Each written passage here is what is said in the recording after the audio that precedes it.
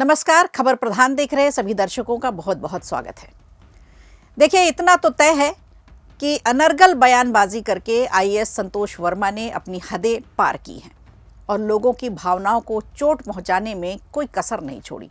जानबूझकर इस तरह का बयान दिया गया ताकि ज़्यादा से ज़्यादा लोगों तक उनकी बात पहुंचे।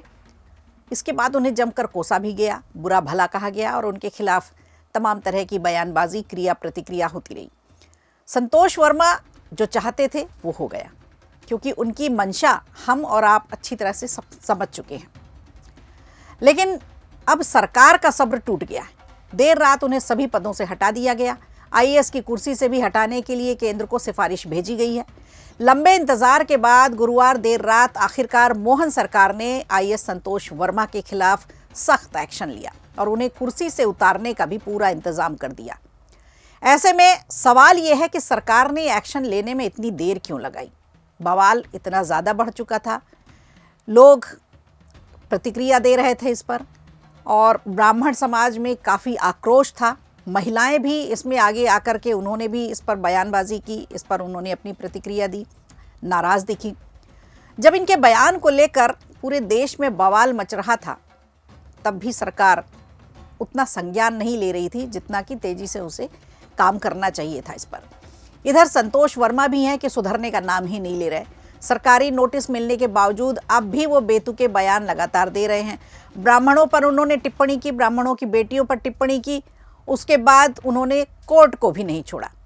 ऐसे में सरकार के लिए संतोष वर्मा मुसीबत बनते जा रहे थे। हाईकोर्ट पर सवाल उठाना उनको भारी पड़ गया। इनके बयान के बाद ब्राह्मण समाज में तो आक्रोश है ही, समाज के लोग लगातार सरकार से कार्रवाई की मांग करते रहे और सड़कों पर उन्होंने प्रदर्शन भी किया। इसके बाद सरकार ने सिर्फ उन्हें नोटिस जारी किया। नोटिस जारी करने के बावजूद विवादित बयान देते रहे। उन्होंने सांसद चंद्रशेखर आज़ाद के सुर में भी सुर मिलाया। उन्होंने कहा कि कितने संतोष वर्मा को मारोगे, हर घर से संतोष वर्मा निकलेगा।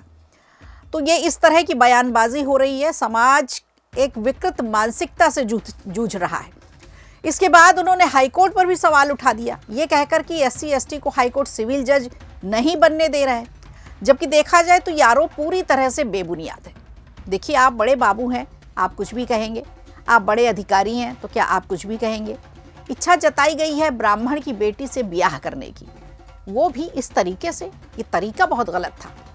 इस देश में आखिर कौन बर्दाश्त करेगा कि खुलेआम किसी भी समाज की बेटी को इस तरह से ललकारा जाए और चुनौती दी जाए समाज को। खुद आपके लोग भी इसे जायज़ नहीं मान रहे हैं।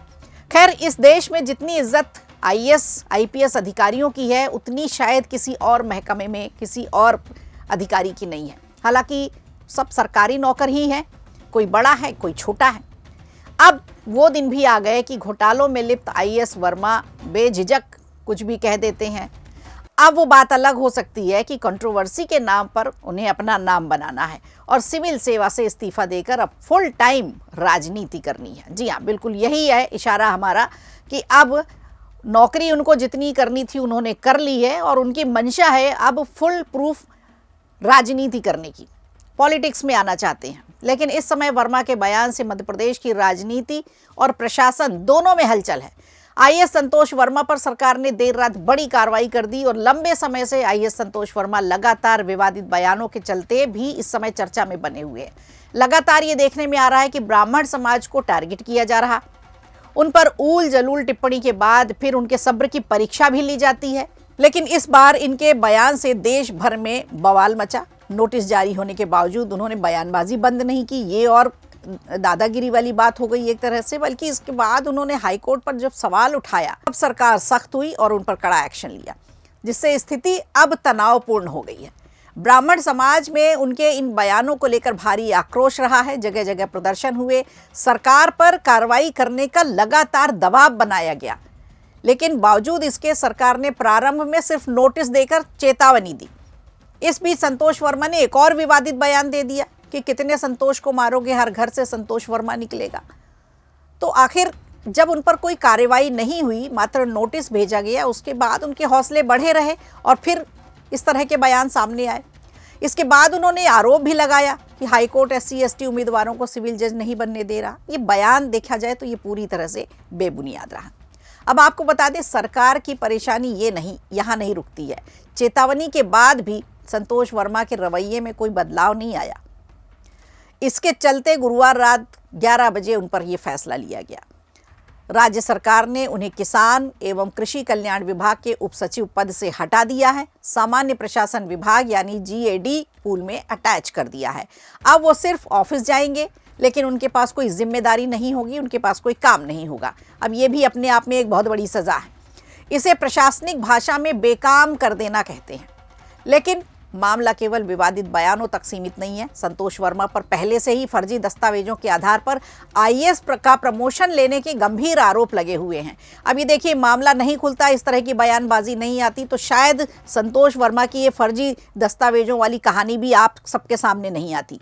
साल 2021 में उन पर आरोप लगा कि उन्होंने प्रमोशन फाइल में विभागीय प्रोन्नति समिति यानी DPC की रिपोर्ट पर विशेष जज के हस्ताक्षर की नकली प्रति तैयार करके लगाई।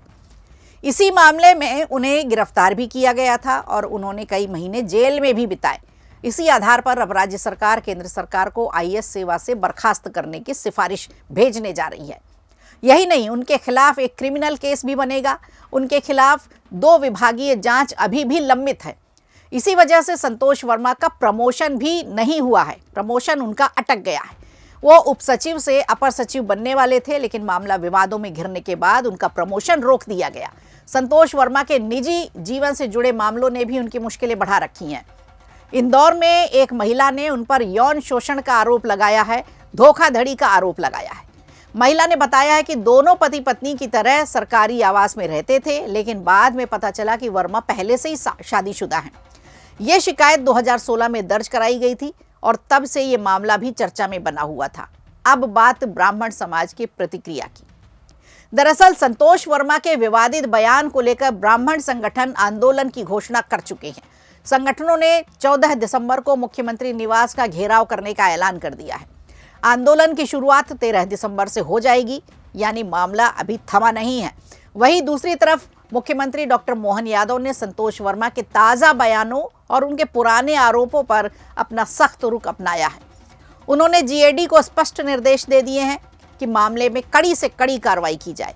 अब सरकार के फैसले साफ संकेत दे रहे हैं कि उनके भविष्य पर इसका बड़ा असर और बुरा असर पड़ने वाला है, खासकर जब बर्खास्तगी का प्रस्ताव केंद्र को भेजा जा रहा है।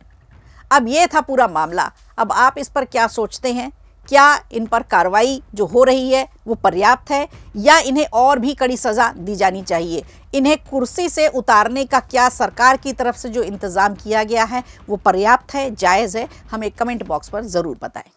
वीडियो अच्छा लगा हो तो लाइक कीजिए, शेयर कीजिए और कमेंट बॉक्स में हमें ज़रूर बताइए।